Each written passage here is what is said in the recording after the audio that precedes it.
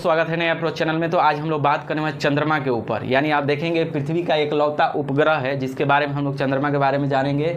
तो आइए समझते हैं कि चंद्रमा के बारे में न सिर्फ हम लोग इसका स्टैटिक जानेंगे बल्कि साथ साथ हम लोग ये भी जानेंगे कि अभी जो चंद्रयान 3 छोड़ा गया है या लूना 25 है जो रसिया को छोड़ने जा रहा है, दोनों में क्या डिफरेंसेस है इसकी भी चर्चा हम लोग करेंगे। यानी स्टैटिक के साथ साथ करंट की भी बात करेंगे। तो आप बने रहिए, देखिए कैसा लगा आपको, बताइएगा ज़रूर। अब देखिए स्टार्ट करते हैं कि पृथ्वी और मून की बात हो रही है यहाँ पे, यानी चंद्रमा। तो चंद्रमा क्या है? एक सैटेलाइट है। सैटेलाइट का मतलब उपग्रह हो गया, यानी उपग्रह है, और प्लेनेट हो गया, ये ग्रह हो गया। ठीक है, तो ये ग्रह हो गया, ये उपग्रह हो गया। यानी पृथ्वी को क्या करती है? मून है तो मून क्या करती है? उसकी रिवोल्यूशन करती है, यानी परिक्रमण करती है और अपने जगह पे। ये देखिए मून 3 काम कर रहा है। एक तो क्या कर रहा है? अपने अक्ष पे घूम भी रहा है, रोटेशन भी कर रहा है, और प्लस पृथ्वी को भी रिवोल्यूशन कर रहा है। और साथ ही साथ सन है तो यहाँ सन की भी क्या कर रहा है? वो इसकी भी रिवोल्यूशन कर रहा है। तो ये 3 काम कर रहा है, जबकि इसका काम क्या होता है? पृथ्वी का एक ही काम है अपने पे, और एक साथ में सूर्य की परिक्रमण करना है। यानी 2 काम इसका हो गया, 1 काम इसका हो गया। तो आप ये देखिए कि यहाँ 3 काम कर रहा है। ये सैटेलाइट उपग्रह प्लेनेट हो गया। तो आप इन दोनों के बीच में अगर डिस्टेंस की बात किया जाए, यानी डिस्टेंस की बात करते हैं, तो दूरी कितना है इसका? तो 3,84,000 या 3.84 हो जाएगा लाख। ठीक है, इसकी डिस्टेंस है किलोमीटर। आप देखिए कि इतना इसका डिस्टेंस हो गया है, और ये सारा काम इस तरीके से कर रहा है। और कहा जाए तो पूरे सोलर सिस्टम में 5वां सबसे बड़ा है, यानी 5th नंबर पे आता है ये साइज को लेकर के। पूरे सोलर सिस्टम में क्या है कि 5वें नंबर पे चंद्रमा का रैंकिंग आता है। आप देखते हो गैनीमीड है, जैसे कि बृहस्पति का, वो सबसे बड़ा है, पूरे सोलर सिस्टम में सबसे बड़ा है, हम लोग पढ़ चुके हैं।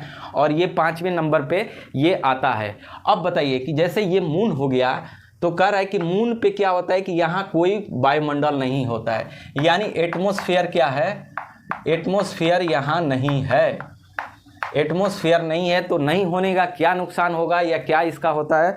तो आइए समझते हैं कि एटमॉस्फेयर नहीं होता है, मून पे नहीं पाया जाता है, यानी यहाँ पे कोई गैसेज नहीं पाई जाती। जैसे होता है कि पृथ्वी के ऊपर आप लेयर्स बना हुआ है, जैसे क्षोभमंडल, ऐसे पढ़ते हैं ना, समताप मंडल, आयनमंडल, बहिर्मंडल, इसी तरीके से यहाँ पे कोई मंडल नहीं है, यानी बिल्कुल एटमॉस्फेयर नहीं है, कोई गैस नहीं है। तो इसकी वजह से क्या होता है? अगर सपोज मैं यहीं पे खड़ा हूँ, आप वहाँ पे खड़े हैं, तो आप बोलोगे तो मेरे को सुनाई नहीं देगा, मैं बोलूँगा तो आपको नहीं सुनाई देगा। यानी क्या होगा? एक दूसरे से आदमी कम्युनिकेट नहीं कर पाएगा, बिल्कुल नहीं सुन पाएगा। यानी क्या होगा? अगर नहीं होने से क्या होगा? एक दूसरे को आदमी, व्यक्ति नहीं सुन पाएगा, यानी एटमॉस्फेयर नहीं है। तो ये सबसे बड़ा नुकसान हो गया। यानी आगे जो प्लान हो रही कि चंद्रमा पे हम अपना, हो सकता है कि वहाँ पे रहने का कुछ व्यवस्था किया जाए, बट ये सबसे बड़ी चीज़ है कि आप कुछ सुनाई ही नहीं देगा वहाँ पे। तो ये चीज़ है। और उसके बाद हम जानने की कोशिश करते हैं कि इसमें कैसा होता है। तो अब बात करते हैं लूनार इक्लिप्स की, यानी चंद्र ग्रहण की बात करते हैं।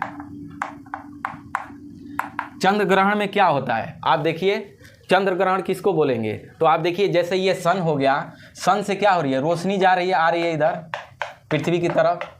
तो ये क्या होता है? पृथ्वी की तरफ बढ़ेगी, और यहाँ से क्या होगा? ऐसे जाएगी, और यहाँ से ऐसे आएगी। आप देखिए, ठीक है। तो आप देखिए ये हो गया, क्या बोलते हैं? लूनार इक्लिप्स, यानी चंद्र ग्रहण। कैसे होगा कि यहाँ से जब सूर्य की रोशनी जा रही है तो बीच में क्या आ रहा है? पृथ्वी आ रही है। समझिए गौर से, ये जो बीच में पृथ्वी अगर आ जाएगी, यानी कभी कब क्या होगा? सन इस डायरेक्शन में आएगा तो यहाँ पे क्या होगा? सूर्य ग्रहण हो जाएगा, और इस पोजीशन में मून आएगा तो क्या होगा? यहाँ पे चंद्र ग्रहण हो जाएगा। तो पृथ्वी और सूर्य और पृथ्वी के अगर बीच में चंद्रमा आ गया तब सूर्य ग्रहण हो जाएगा। और जब क्या हो जाएगा? सूर्य और मून के बीच में पृथ्वी आ जाती है तब क्या हो जाएगा? चंद्र ग्रहण हो जाएगा। यानी चंद्र ग्रहण में क्या होगा कि सन और मून के बीच में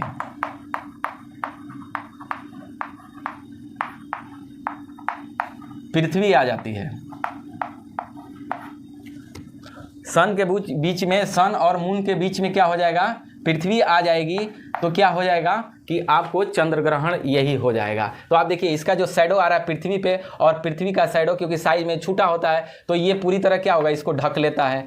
तो ढकने के बाद इसको कहते हैं पूर्ण सूर्य ग्रहण, यानी टोटल इसको हम बोल सकते हैं लूनार इक्लिप्स है, यानी पूरी तरह इसको ढक लेता है। इसका छाया आएगा तो बिल्कुल क्या होगा, अंधेरा हो जाएगा। और इसी में बोल रहा है कि अगर मान लीजिए बिल्कुल शैडो आ जाता है तो शैडो आने के बाद क्या होगा, ये अंधेरा जैसा होता है, कभी कभी होता है कि पूरा अगर इसमें आता है तो लाल दिखाई देता है, बिल्कुल लाल हो जाता है ये पोर्शन, यानी टोटल अगर इस तरह का होता है तो इसी को ब्लड मून भी कहते हैं।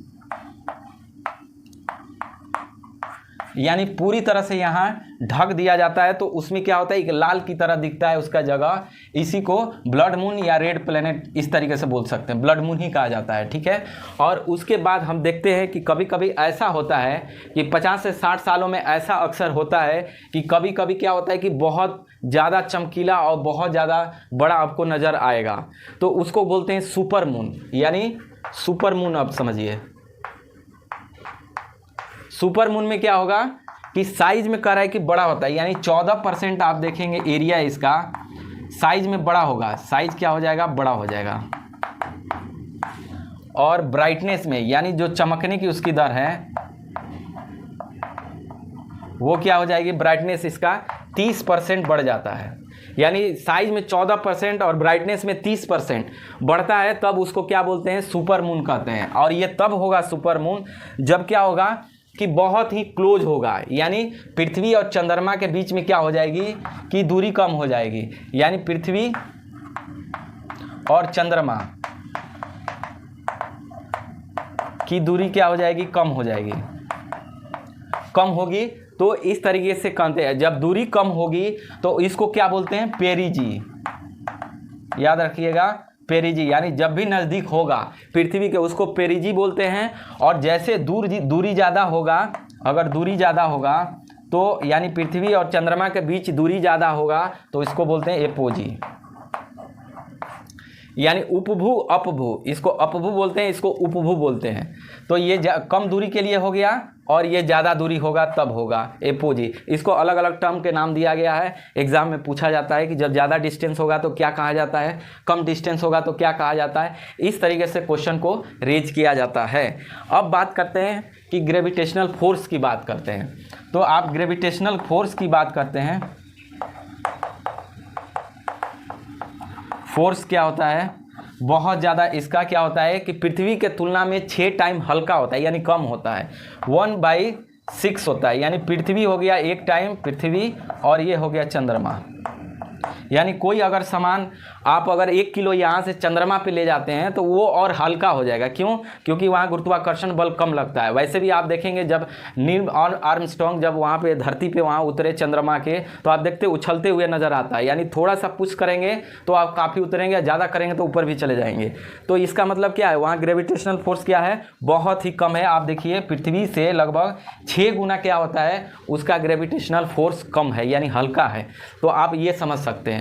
अब बात करते हैं यहाँ पे कि बहुत सारे एग्जाम में ये भी पूछता है कि कैसे वहाँ पे कितना है ग्रेविटेशनल फोर्स। तो आगे बात करते हैं हम लोग कि भारत ने जो चंद्रयान भेजा है, तो आप देखेंगे चंद्रयान की बात करते हैं, चंद्रयान 1 की बात पहले करते हैं। तो ये 2008 में इसको लॉन्च किया गया था, ठीक है। वहीं चंद्रयान 2 की बात करते हैं तो चंद्रयान 2 को किया गया था 2019 में।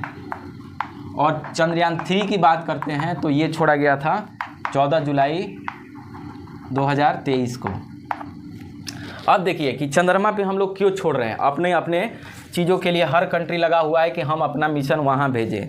इसको देखते हुए कि वहाँ पे अगर इन केस अगर पृथ्वी पर अगर ज़्यादा बर्डन बढ़ता है तो फिर आगे की भी प्लानिंग होगी कि वहाँ भी ह्यूमन को एस्टेब्लिश या सेटलमेंट कराया जाए। तो पहले चंद्रयान 1 और 2 दोनों छोड़ा गया था, तो ये तो था कि उसके ऑर्बिट में जाके ख़त्म हो गया, और ये जो है सॉफ्ट लैंडिंग में प्रॉब्लम हुई, यानी बिल्कुल करीब पहुँच गया था, ज़मीन से उतरने वाला था, वहीं पर ये डैमेज हो गया, पलट गया, तो जिसकी वजह से ये फेल हो गया। और तीसरा जो अभी छोड़ा गया है जो 23 अगस्त को क्या होगा, पहुंचने वाला है, 23 अगस्त को क्या करेगा, पहुंचेगा, वहां लैंड करेगा। तो ये हो गया हमारा 1, 2, 3 चंद्रयान 3 की बात है कि यहाँ तक हो गया। ये PSLV से छोड़ा गया था, PSLV, और ये GSLV से छोड़ा गया था। और ये M231 ये ऐसे था 234 से छोड़ा गया है इसको। तो आप देखिए कि ये तीनों जो छोड़ा गया है ये भारत का मिशन है। तो अब जो करेंट में हो रहा है कि इसको पहुंचने में 42 दिन लग रहे हैं। 42 दिन अपने आप में बहुत ज़्यादा प्रेडिक्शन किया जा रहा है कि बहुत ज़्यादा है। वहीं अगर बात करते हैं अपोलो मिशन जो छोड़ा गया था, अपोलो मिशन ये नासा का मिशन है।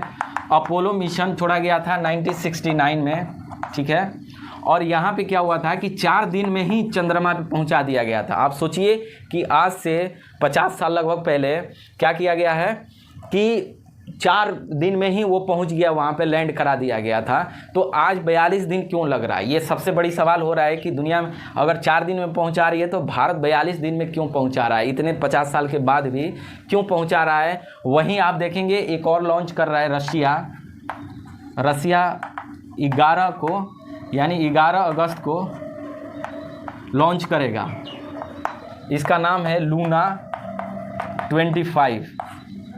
अब देखिए रसिया भी अब छोड़ने 11 तारीख को लॉन्च करेगा। और ये उम्मीद की जा रही है कि रसिया जो है चंद्रयान यानी चंद्रयान 3 से पहले, आज से 20 दिन 30 दिन 25 दिन पहले छोड़ा गया है। और ये क्या करेगा, इसके पहुंचने से पहले ही ये पहुंच सकता है, ऐसा प्रेडिक्शन किया जा रहा है। तो आप देखिए कि भारत को 42 दिन में लग रहा है, जबकि रसिया बोल रहा है कि हम 5 दिन या 10 दिन में इसको पहुंचा देंगे। तो आप सोचिए कि क्या है, इसका मतलब नहीं समझ में आ रहा है लोगों को कि क्या है। तो इसमें 2 रीजन, सबसे रीजन आया है, 2 रीजन की बात की गई है। एक तो हमारे पास जो हेवी रॉकेट है वो हमारे पास नहीं है, जो नासा के पास रॉकेट है वो हमारे पास नहीं है, क्योंकि उसकी स्पीड, उसकी ताकत ज़्यादा है, वो जल्दी स्पीड में भेज सकता है। भारत क्या करता है, आप सोचिए कि ये लोग भेजता है तो डायरेक्ट क्या करता है, मून के जो मून के है इसके आप सरफेस में इसको यहाँ पे भेज देता है, यानी अर्थ को रोटेट करने की ज़रूरत नहीं पड़ती है, सीधा डायरेक्ट भेज देता है। जबकि वहीं हमारा क्या है कि 5 चक्कर लगाने के बाद, जो पृथ्वी का 5 चक्कर लगाने के बाद तब जाकर के इसको इसके ऑर्बिट में शिफ्ट किया गया। अब यहाँ चक्कर लगाते धीरे धीरे यहाँ पहुँचने वाला है।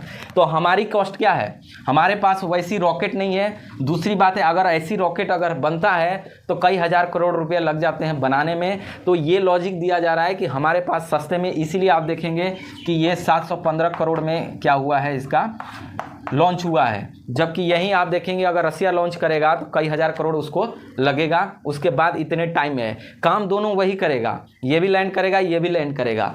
लेकिन क्या हो रहा है कि इसमें कॉस्ट हम लोग का कम आ रहा है, इन लोग का ज़्यादा आ रहा है। हम लोग का टाइम ज़्यादा लग रहा है, इन लोग का टाइम कम लग रहा है। यही रीज़न है और कुछ भी रीज़न नहीं है। दूसरी बात है कि बजट की ही बात इसमें आ रही है कि बजट अगर ज़्यादा हम लगाएंगे तो इस काम को कर पाएंगे। तो हमारे पास बजट की भी कमी है और इसीलिए हम क्या हो रहे हैं कि हम ज़्यादा हेवी नहीं रॉकेट बना पा रहे हैं। यही रीज़न है जिसकी वजह से हम लोग को 42 दिन का समय लग रहा है, वहीं ये लोग को 5 दिन 4 दिन में ये लोग को समय लग रहा है। तो हमें क्या हो रहा है कि पूरे पृथ्वी को चक्कर लगा के कई बार लगाते हुए, उसके बाद फिर मून को कई बार चक्कर लगाते हुए उसके बाद पहुंचेगा।